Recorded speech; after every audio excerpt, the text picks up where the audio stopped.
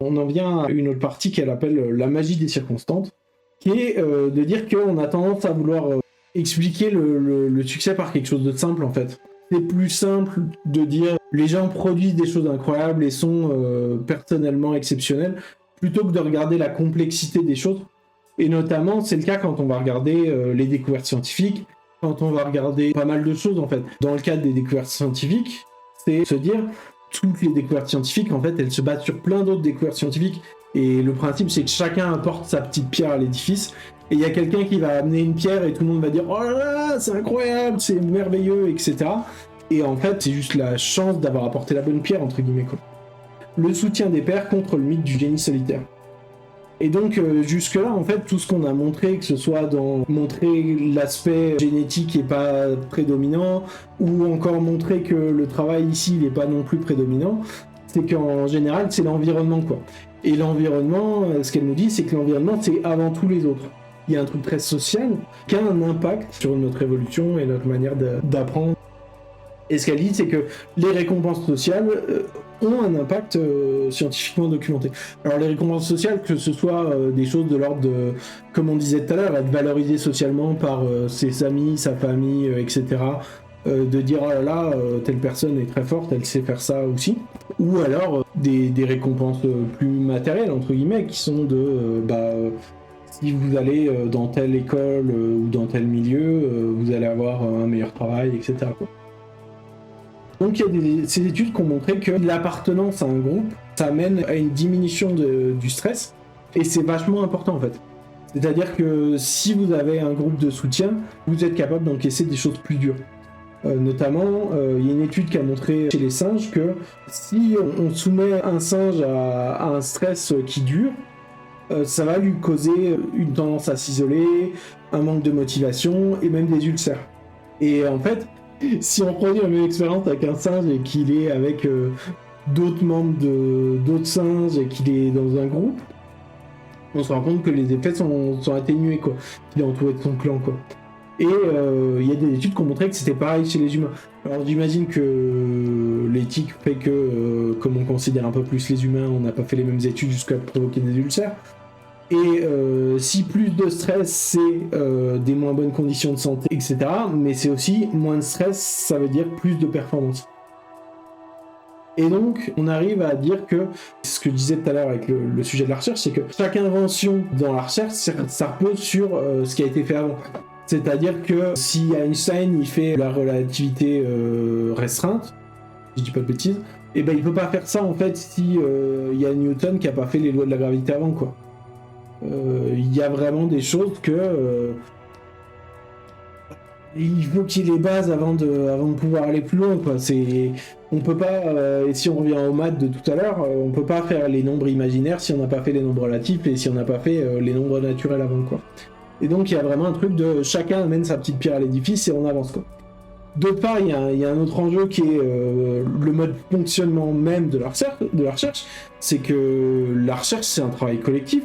Il y a le principe même de la peer review, qui est de dire que quand quelqu'un fait des études, fait des recherches, il les met à contribution et il y a d'autres gens qui vont les revoir et dire c'est bien, c'est valide, ah t'as pensé à faire ça, t'as pensé à telle ou telle chose. Alors après, la peer review, ça, j'imagine que j'ai pas pratiqué le sujet, mais j'imagine que ça dépend qui vous review et dans quel état d'esprit les gens sont.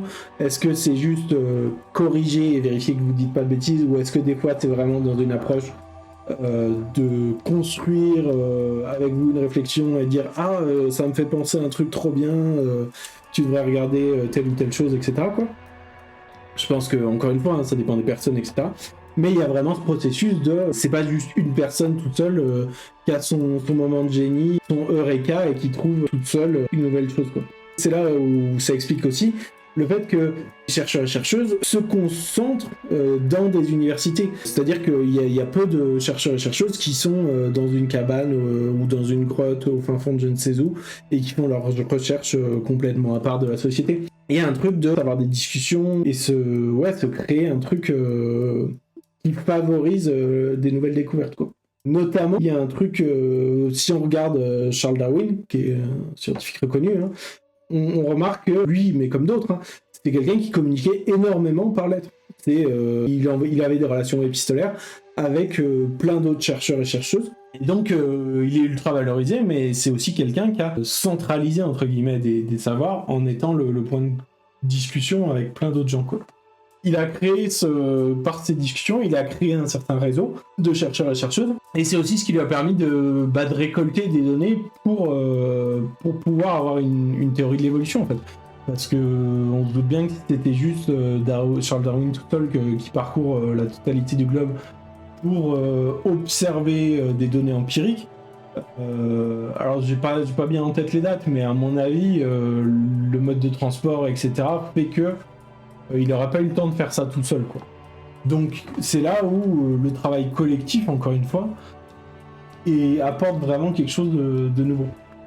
Et puis, donc toujours dans la magie des circonstances, il y a vraiment ce truc de la notion de chance, un peu jusqu'à l'absurde parfois. En sport, on se rend compte que les enfants nés en début d'année sont perçus comme meilleurs et ont plus tendance à être sélectionnés. Et en fait, la raison pour ça, c'est que la sélection, elle a lieu en septembre. Et donc, quand vous êtes un enfant à 6 ans et que vous faites du foot, par exemple, oui, quand vous êtes un enfant de 6 ans qui fait du foot, si vous avez 9 mois de plus, parce que on est en septembre et vous êtes né en janvier, que le gamin contre lequel vous êtes en compétition, qui lui est né en septembre, bah l'impact sur la croissance, etc., ça fait que vous avez plus de chances d'être sélectionné, quoi. Et cette chance d'être sélectionné fait que vous avez plus de chances d'être entraîné, parce que c'est une des premières étapes pour dire, en fait, vous passez pas simplement de personne qui fait du foot en amateur à juste d'un coup vous êtes Mbappé, quoi. Si jamais vous devenez professionnel à un moment, c'est parce que vous avez franchi des paliers, et en fait le fait d'avoir franchi ce premier palier, c'est déjà un avantage. Et il y a vraiment ce truc de, quand on regarde des professionnels, il y a un biais de sélection, et effectivement il y a plus de gens qui sont nés en début d'année, quoi.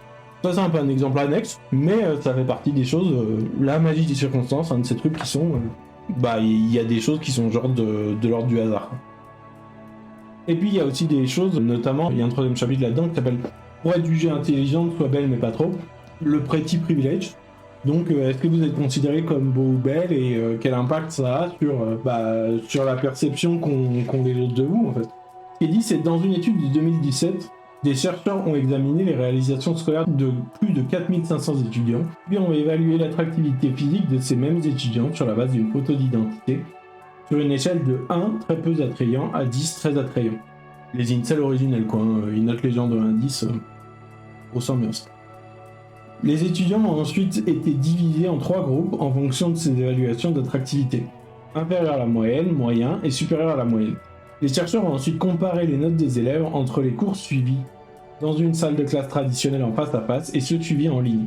Ils ont découvert que les étudiants et étudiantes dont l'attractivité était jugée au-dessus de la moyenne obtenaient des notes nettement supérieures dans les cours en présentiel que dans les cours en ligne. Donc de base, il y a ce truc de... Si vous êtes perçu comme belle ou beau, on va avoir tendance à avoir plus de sympathie pour vous et vous favoriser, quoi. Moi, c'est comme ça que j'explique que j'en suis aussi bien avancé dans ma vie, quoi. Évidence. Pour les cours notés par des instructeurs mâles, les étudiantes femmes dont l'attractivité était jugée en dessous de la moyenne obtenaient en présentiel des résultats inférieurs, tout comme celles jugées trop attirantes. Il semblerait donc que lorsqu'une femme est un peu trop et peu ou trop attirante, cela déprécie ses aptitudes mentales dans l'imaginaire de ses évaluateurs. Il s'agit de ce que nous appelons en psychologie cognitive l'effet de halo. Donc c'est ça, c'est l'effet de halo, c'est de dire selon comment vous êtes perçu, vous n'êtes pas logé à la même enseigne, quoi. Ce terme a été utilisé pour la première fois par le psychologue Edward Thorndike en 1920, cette année-là. Thorndike a mené une expérience dans laquelle il a demandé aux commandants de l'armée d'évaluer diverses qualités de leurs subordonnés, telles que le leadership, l'apparence physique, l'intelligence, la loyauté et la fiabilité. Il a constaté que des notes élevées pour une qualité particulière étaient corrélées avec des notes élevées concernant d'autres caractéristiques. Tandis que des notes négatives pour une qualité spécifique entraînaient également des notes plus faibles pour d'autres caractéristiques. Du coup, l'effet de halo, c'est pas juste le pretty privilege, c'est genre les gens vous considèrent bon guitariste, et ils vont avoir un présupposé et ils vont tendance à plus facilement vous trouver bon violoniste. parce que il n'y a pas forcément un lien, mais cet effet de halo, c'est genre on considère quelqu'un de fort dans un domaine, on se dit et ça doit être quelqu'un de très fort ailleurs aussi, quoi. Et inversement, quelqu'un qui est pas fort dans un certain domaine, vous l'imaginez pas fort dans d'autres domaines, quoi. Il a documenté ses résultats dans un article intitulé L'erreur constante dans les évaluations psychologiques, où il évoque pour la première fois l'effet de halo. Il le définit comme un biais cognitif qui se traduit par le fait que notre impression générale d'une personne influence ce que nous ressentons et pensons de ses autres traits, comme sa gentillesse et son intelligence. C'est ce qu'on appelle aussi le stéréotype de l'attractivité physique, et le principe de « ce qui est beau est aussi bon ». Mais alors que les gens sont plus susceptibles d'attribuer une multitude de qualités positives aux personnes attirantes, ils sont également plus enclins à croire que les personnes belles sont vaniteuses, malhonnêtes et susceptibles d'utiliser leur physique pour manipuler les autres.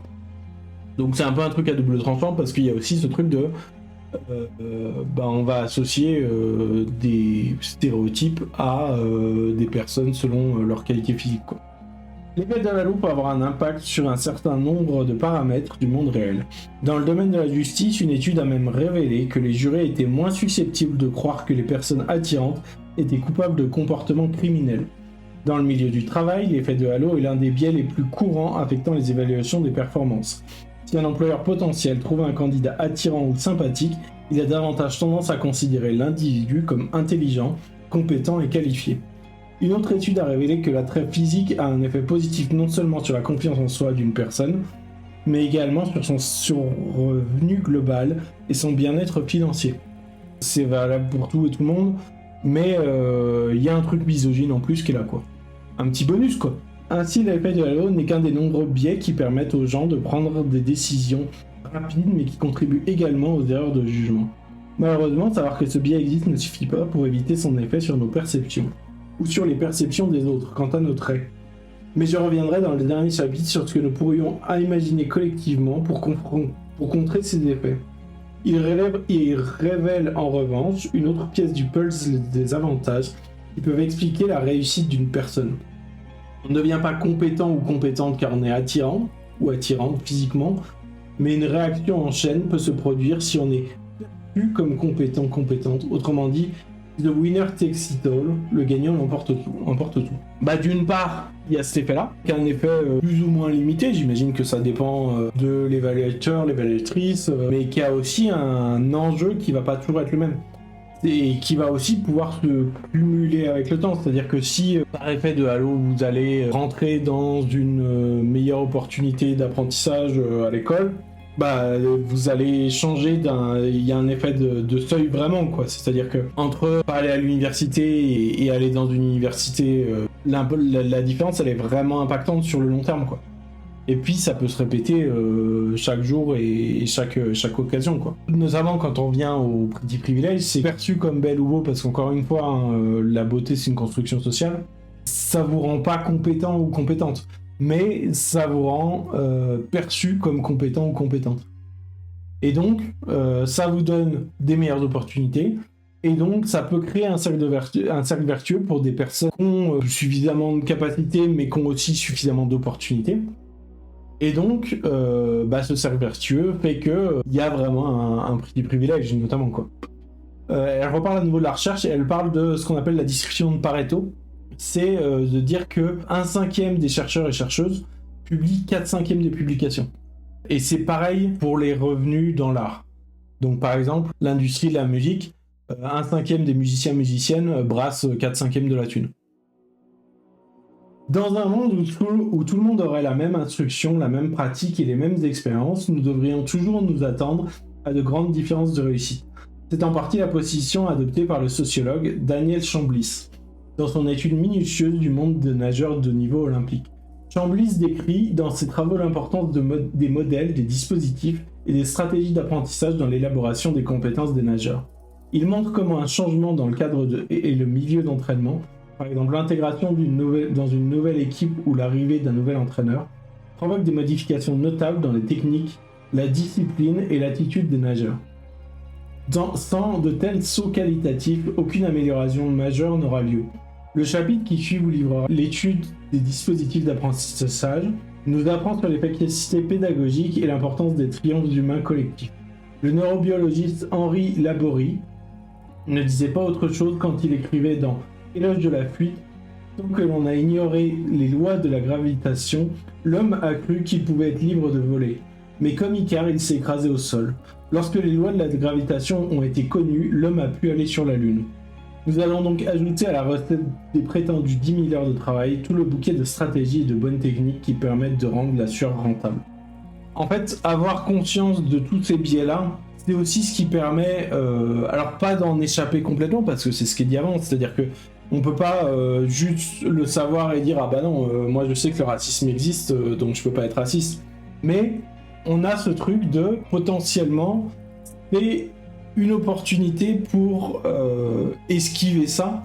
Enfin, moi je trouve cette citation elle est pertinente et intéressante, enfin, autant dans la formulation que dans le fond.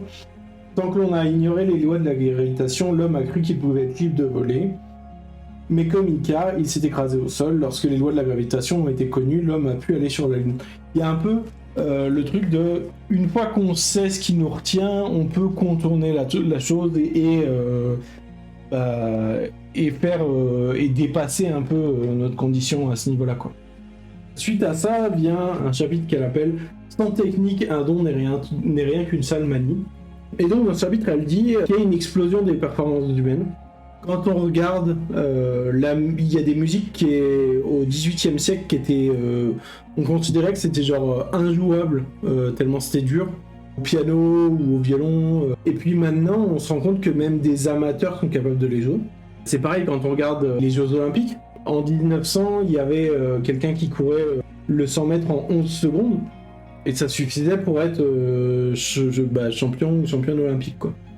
Et aujourd'hui, en fait, quand on regarde cette performance-là, 11 secondes pour 100 mètres, c'est genre pas suffisant pour se qualifier à des compétitions nationales du secondaire.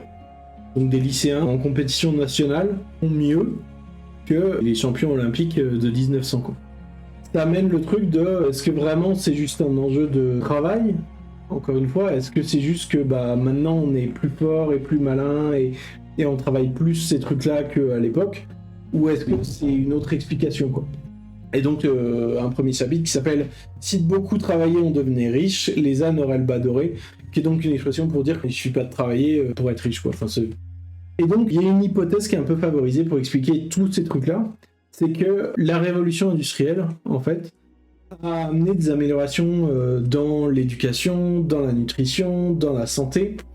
Les avancées scientifiques, même encore maintenant, continuent d'améliorer les méthodes d'apprentissage, le matériel à disposition pour apprendre. Et encore une fois, l'éducation, la nutrition, la santé, c'est pas des choses... je pense que c'est des domaines qui évoluent encore un peu, même s'il n'y a pas les mêmes booms d'évolution.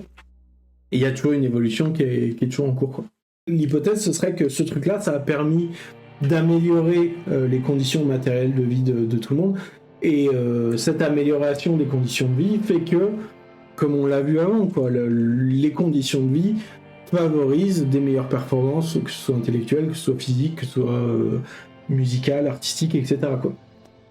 Une deuxième sous-hypothèse au sujet de ça, c'est que maintenant on est rentré dans une société qui est vachement plus spécialisée, entre guillemets. Si on regarde par exemple dans le domaine du sport, après la révolution industrielle, il y a eu la professionnalisation du milieu du sport. C'est-à-dire que le sport, c'est plus un truc d'amateurs et de gens qui aiment bien le sport et qui font du sport pour la beauté du sport, etc. Il y a des gens dont c'est le métier et donc qui consacrent 100% de leur temps, quoi. Et de la même manière, il y a une surspécialisation dans les sciences, dans plein de choses, qui font que les gens sont très pointus dans un sujet, mais pas dans 15, quoi. Il y a une époque où tous les philosophes étaient aussi mathématiciens, étudiaient la philosophie, étudiaient tout un tas de domaines, mais maintenant il y a un truc de... ça existe plus trop, les gens qui touchent vraiment à tout dans toutes les directions, quoi. Parce que on s'est aussi tout spécialisé, quoi. Et puis donc dans un deuxième chapitre, elle parle de le génie dans les pieds. Donc elle parle de Maradona. Qu'est-ce qui a fait que Maradona c'est devenu un joueur exceptionnel ? Et en fait l'explication à ça, c'est à l'époque, c'est le développement du futsal. Et donc en fait ce qui fait que Maradona notamment mais aussi plein de sportifs par la suite, ont développé des compétences assez incroyables dans le foot qui n'avaient jamais été vues.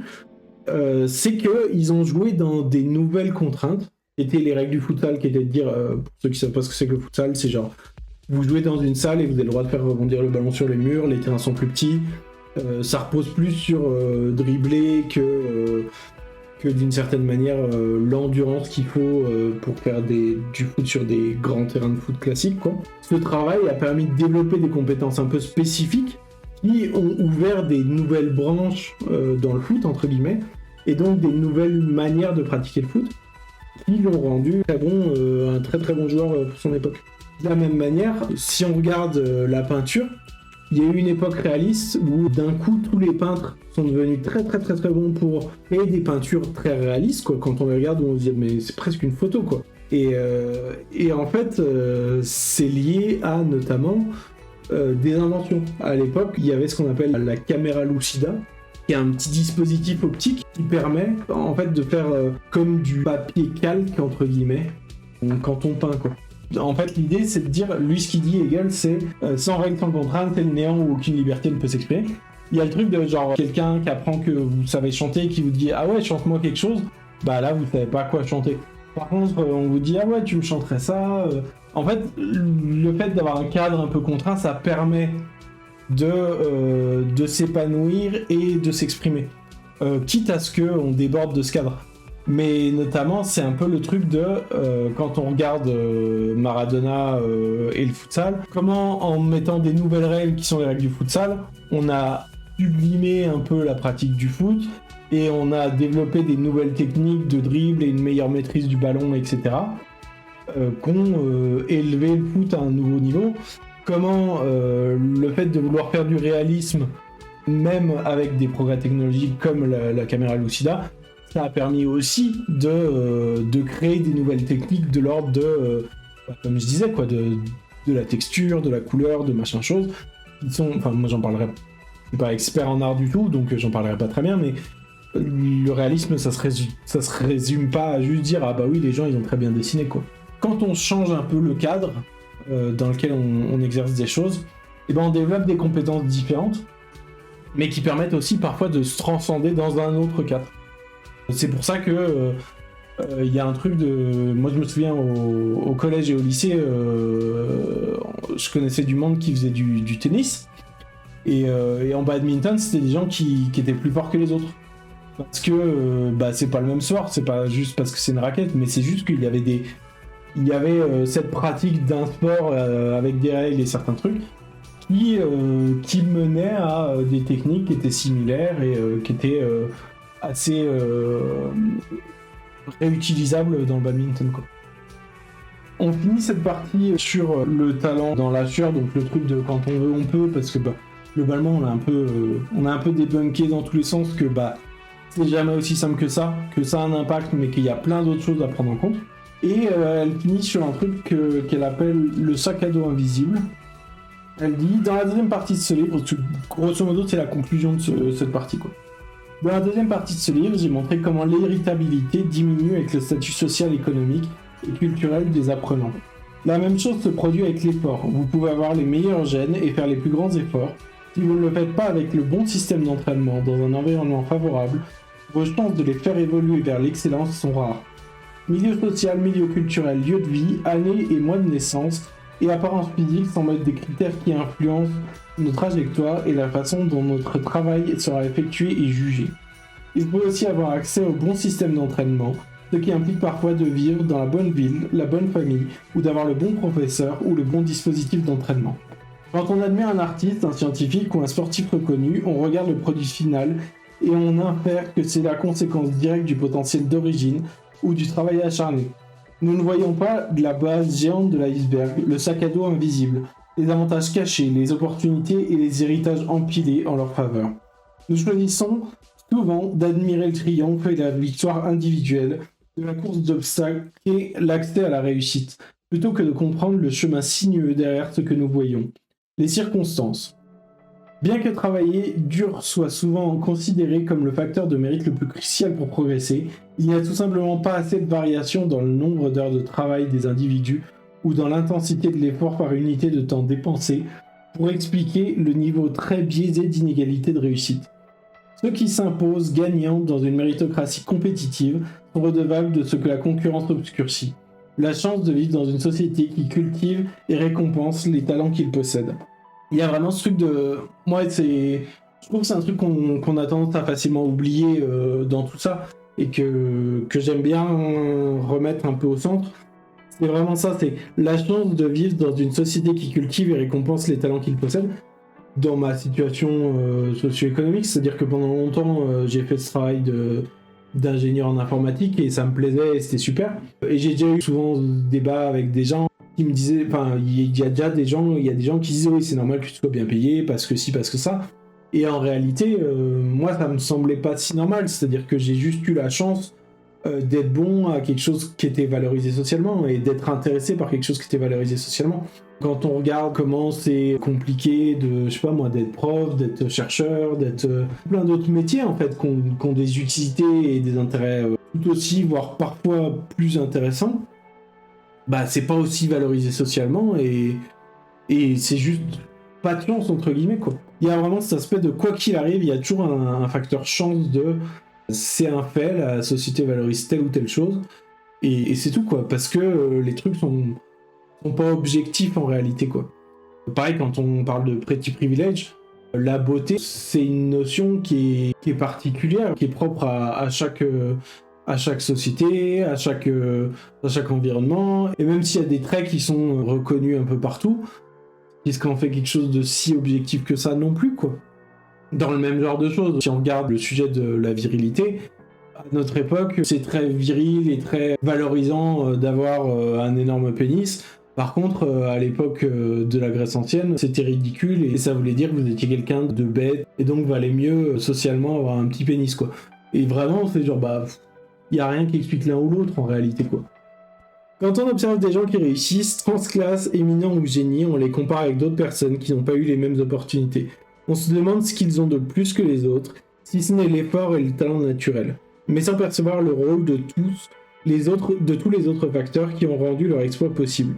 Or, si un grand nombre de personnes avaient eu un père comme Laszlo Polgar, si elles avaient eu les meilleurs entraîneurs, pédagogues, modèles, mentors, grandi dans des sociétés profondément plus égalitaires, où les stéréotypes étaient moins prégnants, si elles avaient des corps jugés attrayants, il serait possible que beaucoup de personnes soient aussi exceptionnelles que les talentueux de ce monde.